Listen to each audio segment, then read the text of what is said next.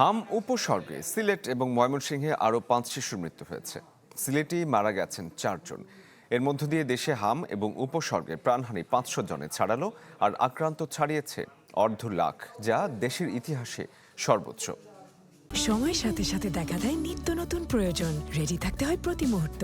তাই এলো ইনোভার, যেন আপনি লাইফে থাকেন রেডি প্রতিদিন। ইনোভার, ডিজাইনড ফর নাও। হামে এত সংক্রমণ আর মৃত্যু কখনো দেখেনি দেশ। ১৯৮০ সাল থেকে হামের সংক্রমণের তথ্য রয়েছে বিশ্ব স্বাস্থ্য সংস্থার কাছে।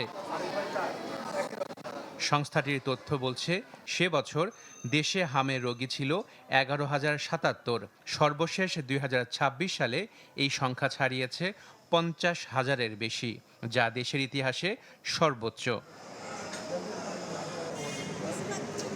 চিকিৎসক এবং জনস্বাস্থ্য বিশেষজ্ঞরা বলছেন, হামের সংক্রমণ রোধে টিকার কোনো বিকল্প নেই।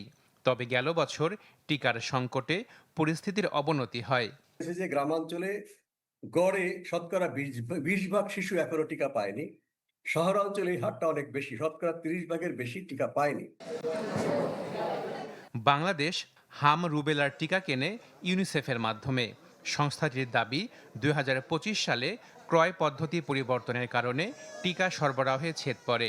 গেল বছর ইউনিসেফ বাংলাদেশকে কত টিকা সরবরাহ করেছে তা জানতে সংস্থাটির সেলস ডিভিশনে চ্যানেল 24, যেখানে দেখা যায় ২০২৩ সালে ইউনিসেফ নিয়মিত টিকাদানের জন্য হাম রুবেলার টিকা ৪ মাসে সরবরাহ করে ৬২,১৭,০০০ ডোজ। অর্থ মন্ত্রণালয় এবং আমাদের স্বাস্থ্য মন্ত্রণালয়ের প্ল্যানিং সেকশন তারা বলেছে যে রেভিনিউর টাকা এইভাবে কাউকে নির্দিষ্ট করে দেওয়া যায় না, এখানে অবশ্যই ওপেন কম্পিটিশন হতে হবে। তাহলে জনস্বাস্থ্যের জরুরি পরিস্থিতিতে ওপেন কম্পিটিশন শিথিল করার বিষয় আছে, সেই আইনটা কিন্তু এখনো হয়নি। ২০২৪ সালের ৪ মাসে মোট ৫৩,১৯,০০০ টিকার ডোজ সরবরাহ করা হয়, যা আগের বছরের তুলনায় প্রায় ৯ লাখ ডোজ কম। অর্থাৎ এক বছরের সরবরাহ কমে যায় প্রায় ১৫%। ২০২৫ সালে ৮ মাসে ইউনিসেফ টিকা সরবরাহ করে ২,৪৯,৪১,৫০০ ডোজ। ওই বছরের সেপ্টেম্বরে অতিরিক্ত দেয়া হয় ৭০ লাখ ডোজ টিকা। সব মিলিয়ে ২০২৫ সালে ৩,১৯,৪০,০০০ ডোজ টিকা সরবরাহ করে ইউনিসেফ, যা ২০২৪ সালের তুলনায় ৬ গুণ বেশি ডোজ। ২-৩ বছর পর পর সম্পূরক গণটিকা অভিযান চলে, ১ ডোজ দেওয়া হয়, সেটা কেনা নিয়ে জটিলতা হয়েছে।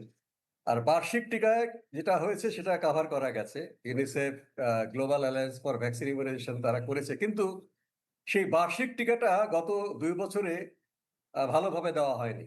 গেল বছর টিকা সংকটের জন্য ইউনিসেফ ক্রয় পদ্ধতির পরিবর্তনকে দায়ী করছে, আর সরকার বলছে উন্মুক্ত পদ্ধতিতে নয়, এখন থেকে আন্তর্জাতিক সংস্থার মাধ্যমেই টিকা নেবে সরকার। Ashikin Prince, channel 24, Dhaka.